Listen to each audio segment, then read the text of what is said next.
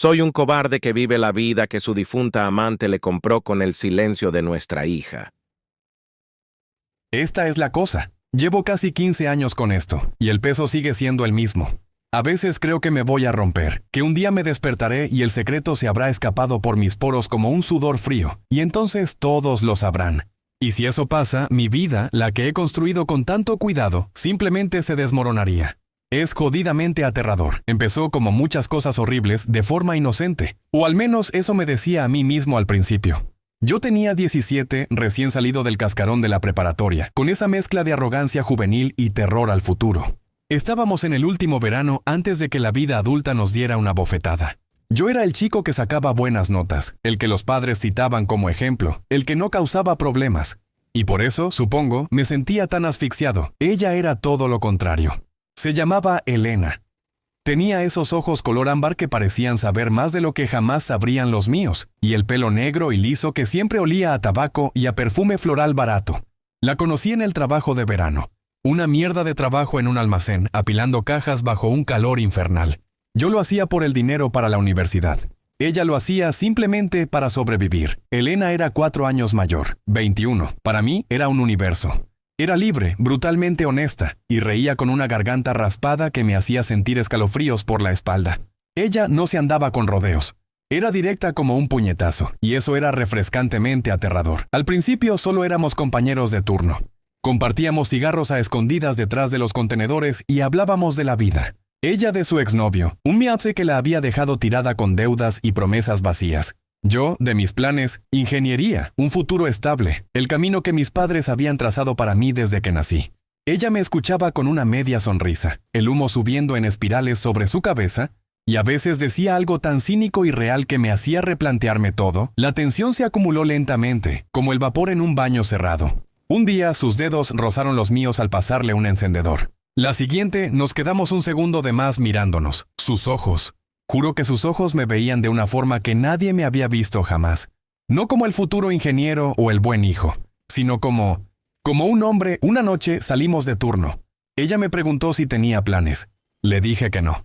Ella sonrió, ese gesto que me desarmaba, y dijo: «Ven conmigo». Acabamos en su pequeño apartamento, en un edificio viejo con la pintura descascarada que olía a comida frita y humedad. Era diminuto. Un solo ambiente con un colchón en el suelo y la ropa apilada en una esquina. Pero tenía música. Ella puso un vinilo de rock viejo y me ofreció una cerveza tibia. Nos sentamos en el suelo. Y entonces sucedió. No fue un romance adolescente dulce. Fue salvaje y desesperado. Recuerdo la textura de su piel, el sabor amargo del alcohol en su boca, la forma en que su desesperación se fundió con mi inexperiencia. Esa noche perdí mucho más que mi virginidad. Perdí la inocencia de saber dónde terminaba el camino correcto y empezaba el desastre. Y ese fue el inicio de nuestro verano secreto. Era todo a escondidas. Siempre. Yo tenía que mantener mi vida intachable frente a mis padres.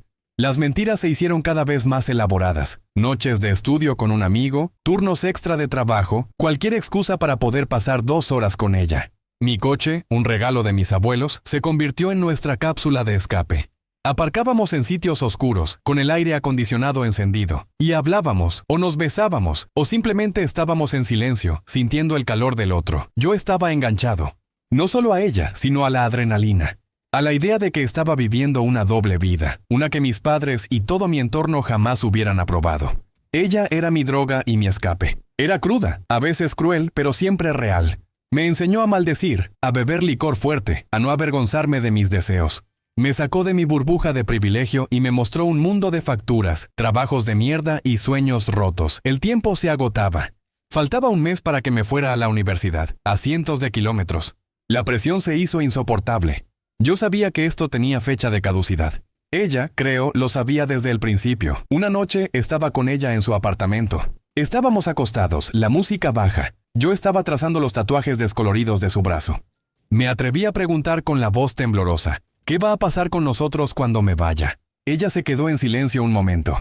Luego se rió, esa risa áspera que me encantaba, pero que ahora sonó vacía. «Nada, cariño.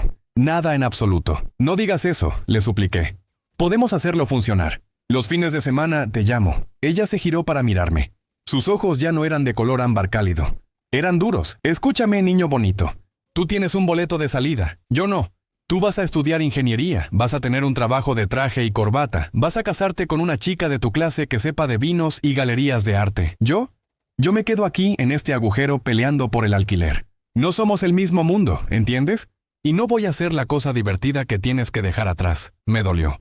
Me dolió más de lo que puedo describir. Yo sentía que la amaba con la intensidad estúpida y total de mis 17 años. Le dije que no me importaba, que la amaba, que dejaría todo por ella si fuera necesario. Ella se levantó de la cama, desnuda, y se puso un camisón sucio. Me miró como se mira a un cachorro torpe. No seas estúpido, ¿oíste? Nunca dejes tu vida por una cames como yo. Yo ya tengo suficiente de eso. Ahora, vístete. Tienes que irte antes de que salga el sol. Esa fue nuestra última noche. O casi, la semana siguiente fue un infierno. Ella no contestaba mis mensajes. En el trabajo me evitaba. Sentía que el pecho me iba a explotar de dolor y rabia. Mis padres lo notaron, claro. Dijeron que estaba estresado por la mudanza y me mimaron más. Me compraron cosas para mi dormitorio universitario, un ordenador nuevo. Me recordaron lo orgullosos que estaban. Y cada palabra de ellos se sentía como una puñalada por la culpa. El último día de trabajo fui a buscarla al final de su turno. Estaba de espaldas, fumando, con la caja de cartón de sus pertenencias a sus pies. Elena, por favor, tenemos que hablar. Ni siquiera se molestó en mirarme. Exhaló una bocanada de humo. Ya hablamos, Lucas, acabó. No puedo aceptar eso.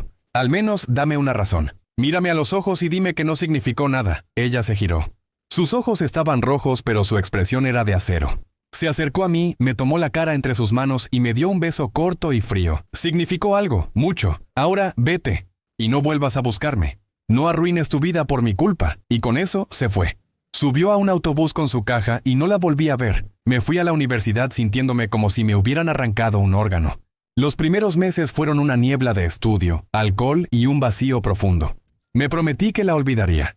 Me forcé a seguir el guión. Hice amigos, fui a fiestas, me concentré en mis clases. Y lentamente funcionó. El recuerdo de Elena se fue convirtiendo en una cicatriz. Un relato que solo yo conocía de un verano salvaje. Conocí a Clara en segundo año. Ella era brillante, de una familia acomodada, estudiaba literatura. Era la chica perfecta para el guión de mis padres. Y lo mejor de todo, era fácil. No había dramas, no había secretos, solo una comodidad dulce y predecible. Nos enamoramos, o eso creí yo en ese momento. Nos graduamos, me dieron un excelente puesto en una firma de ingeniería. Y a los 25 nos casamos. Nuestra vida es buena. Tenemos una casa preciosa, 2 hijos maravillosos, un perro y una hipoteca que podemos pagar. Mis padres están orgullosos. Tengo el traje, la corbata y todo lo que se suponía que debía tener. Y aquí es donde el secreto empieza a pudrirse de verdad. Durante todos esos años, cada vez que pensaba que estaba en paz con el pasado, algo pasaba. Una canción en la radio, el olor del humo de tabaco, una silueta en una calle oscura. Y el recuerdo de Elena me golpeaba con una fuerza física. Me preguntaba dónde estaría, qué estaría haciendo. Pensaba en ese apartamento, en su risa, en la forma en que me había despedido. Hace 3 años, la curiosidad se hizo insoportable. Era una noche de insomnio. Mi esposa dormía a mi lado, los niños también. Me senté frente al ordenador, mi corazón latiendo en mi garganta, y busqué su nombre en Facebook. Sabía que era una locura. Sabía que no debía hacerlo. Pero la urgencia era más fuerte que yo. No la encontré en las redes sociales normales. Ella no era de esas, pero recordé su nombre completo y el nombre de su pueblo natal, uno que había mencionado una vez. Lo puse en Google con la respiración contenida. La primera cosa que apareció fue un obituario. Elena había muerto. Me quedé helado. El nombre y la foto. Era ella, pero más vieja, con el pelo un poco más corto, pero los mismos ojos de ámbar. El obituario era de hacía 2 años. Murió joven. 33 años. Causa de muerte. No la mencionaba, pero la lista de sobrevivientes era lo que me congeló la sangre. Sus padres, una hermana, y su hija, una hija, ahí estaba. Al final de la lista. Dejan un profundo vacío su hija, Sofía, de 14 años. 14 años, el mundo se me cayó encima. 14. Yo la conocí a mis 17. Elena tenía 21. Nuestro verano secreto fue hace 15 años. El shock fue tan intenso que tuve que levantarme y vomitar en el baño. No por asco, sino por un terror puro y visceral. Hice las cuentas una y otra vez, mis dedos temblando sobre la calculadora del móvil. Si Sofía tenía 14 años cuando Elena murió hace 2 años, significa que Sofía nació justo después de nuestro verano. Hice las cuentas de nuevo. Elena y yo estuvimos juntos en julio y agosto.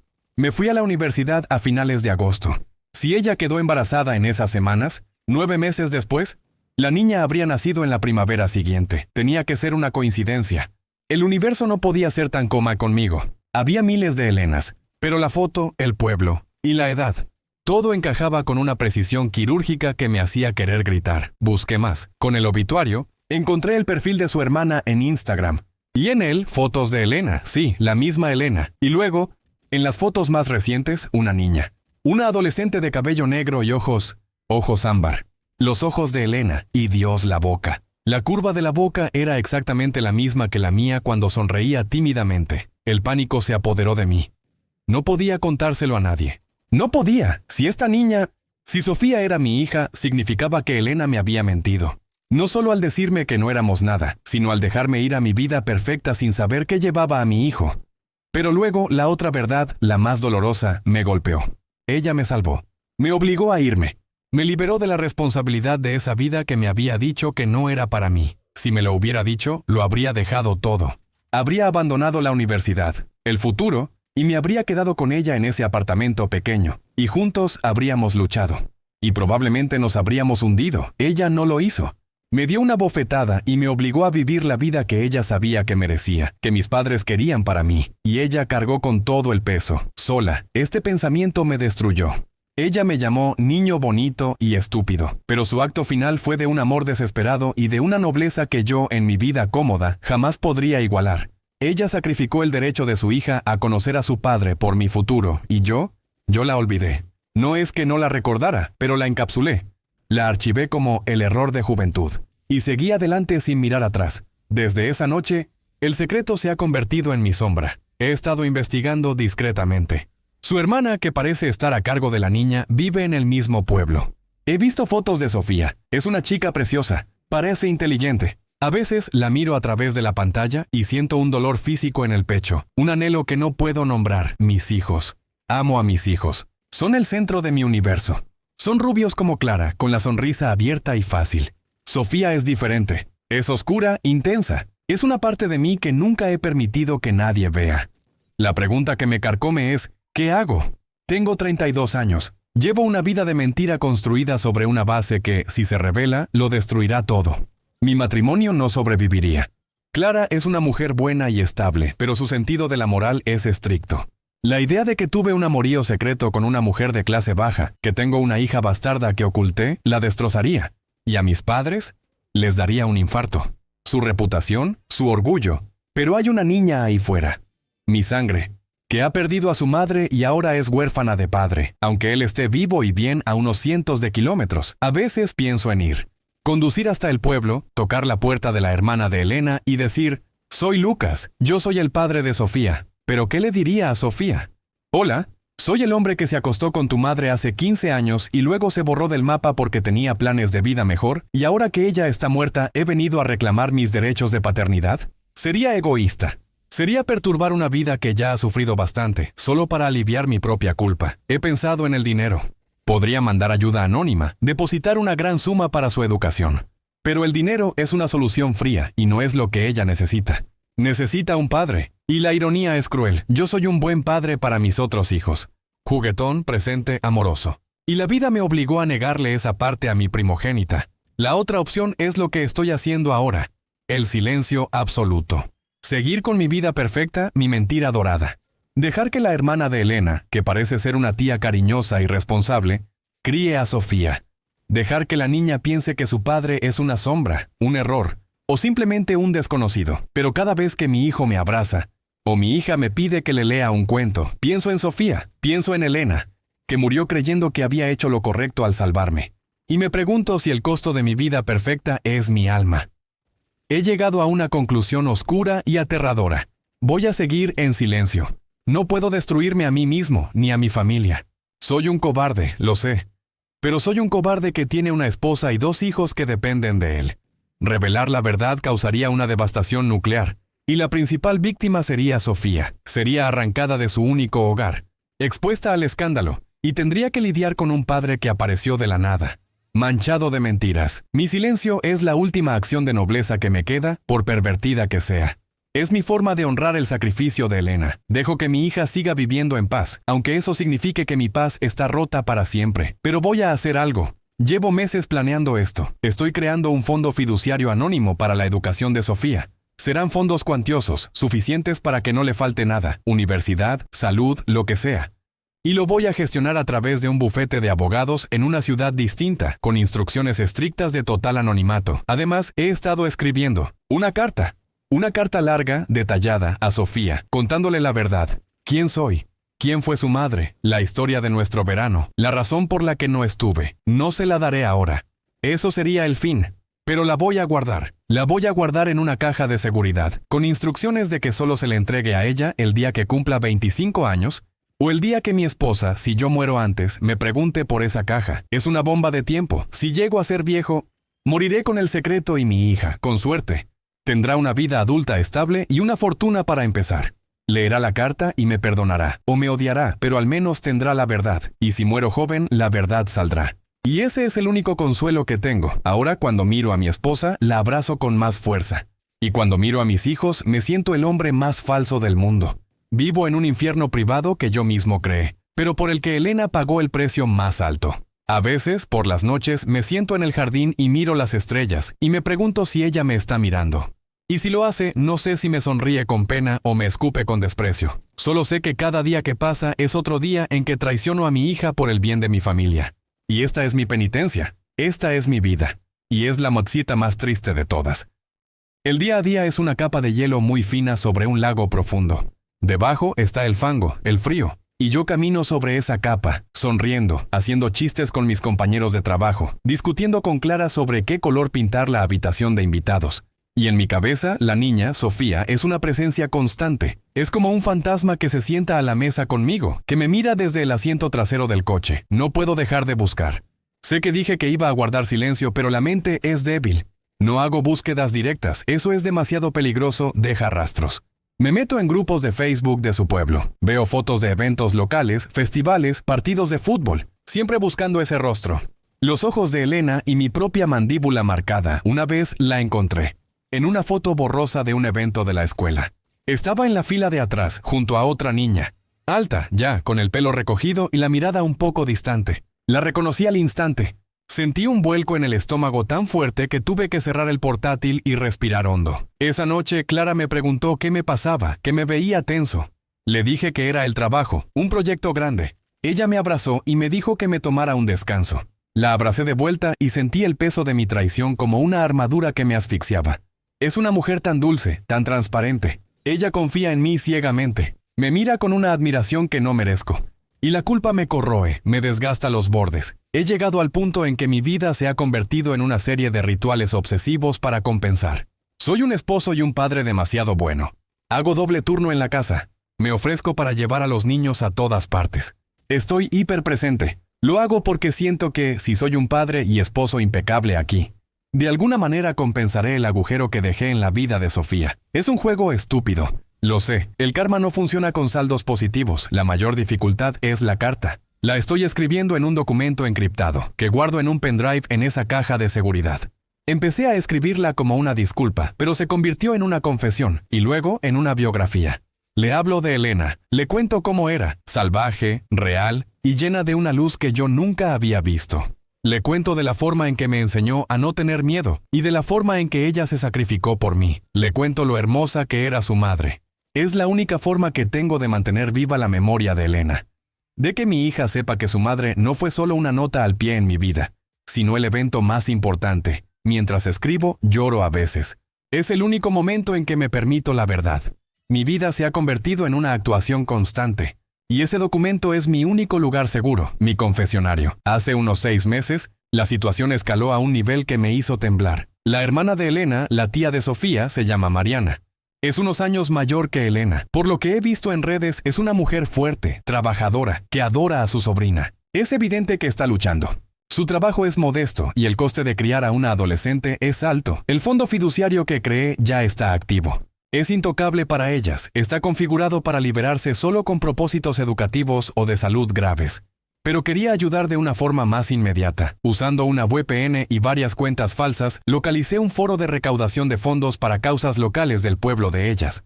Vi un post de Mariana. Era humilde, pidiendo ayuda para comprarle a Sofía un ordenador portátil para la escuela. Explicaba que el viejo se había roto y que Sofía lo necesitaba para los trabajos. Había fotos de la niña. Estaba hermosa, me dolió el corazón. Que mi hija tuviera que depender de la caridad virtual para algo tan básico, mientras yo le acabo de comprar a mi hijo un equipo de gaming de miles de dólares. Fue como si un puño invisible me golpeara en la cara. La cobardía me impidió simplemente depositar el dinero. Sabrían quién es el donante más grande, y en un pueblo pequeño levantarían sospechas. Así que hice algo estúpido y arriesgado. Le escribí un mensaje anónimo a Mariana. Usé un correo electrónico desechable. El mensaje era muy simple y formal, sin dar ningún detalle personal. Algo como, leí tu post. Admiro tu esfuerzo por tu sobrina. Me gustaría ayudarte. ¿Me permitiría ser un donante anónimo y permanente para la educación de Sofía?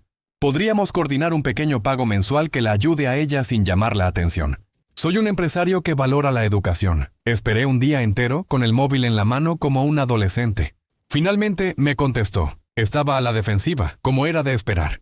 Gracias, pero no acepto dinero de extraños. ¿Quién eres? Le contesté de inmediato, diciéndole que no tenía que saber quién era, que no quería nada a cambio. Le conté que yo había crecido en ese pueblo y que mi madre había sido ayudada por un extraño para ir a la universidad y que solo quería devolver el favor. Una mentira bien construida que apelaba a la sensibilidad del lugar. Funcionó, o al menos, la suavizó. Finalmente accedió a un pago mensual discreto, con la condición de que nunca la contactara personalmente y que el dinero fuera depositado de forma anónima en una cuenta que ella abrió solo para eso. Acepté de inmediato, y así he añadido otra capa a mi doble vida. Cada mes, desde una cabina de internet en otra ciudad, hago la transferencia. Es una suma pequeña, suficiente para que Sofía tenga sus extras, ropa, el portátil, excursiones, suficiente para que no sufra las carencias que su madre sufrió. Esta pequeña interacción, este hilo minúsculo de conexión, me está matando. Ahora estoy activamente involucrado, aunque sea de forma indirecta, en la vida de mi hija. Ahora, la capa de hielo sobre la que camino es aún más delgada. Un error, una IP mal enmascarada, un comentario imprudente y se acaba todo. Mi mayor miedo es lo que pasó la semana pasada. Recibí un correo en esa cuenta desechable. De Mariana era un correo de agradecimiento. No pedía más dinero, solo decía que Sofía había sacado una matrícula de honor en matemáticas y que el ordenador que le había ayudado a comprar era fundamental. Y entonces, la frase que me dejó sin aliento, ella me preguntó si sabía quién era nuestro ángel de la guarda. Le dije que no.